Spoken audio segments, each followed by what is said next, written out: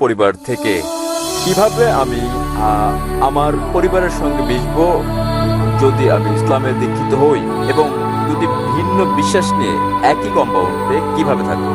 ভাই, আপনি প্রশ্ন করলেন যে যদি আমি ইসলাম কবুল করি তাহলে কিভাবে আমার পরিবারের সঙ্গে মিশবো দুটো ভিন্ন বিশ্বাস নিয়ে। ভাই, আপনি জানেন কিছুটা ওল্ড টেস্টামেন্টের মতো, কিছুটা নিউ টেস্টামেন্টের মতো, তথাপিও আপনি একজন খ্রিস্টান, আপনি ওল্ড টেস্টামেন্টের নিয়ম পালন করতে পারেন নিউ টেস্টামেন্ট আসার পরেও। ওল্ড টেস্টামেন্ট ও নিউ টেস্টামেন্টের মতো কিছু থাকলে লাস্ট টেস্টামেন্টও আছে।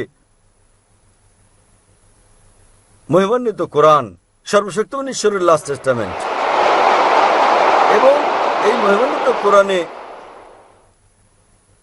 একজন নবীও বাদ যাননি যাদের নাম বাইবেলে উল্লেখ আছে।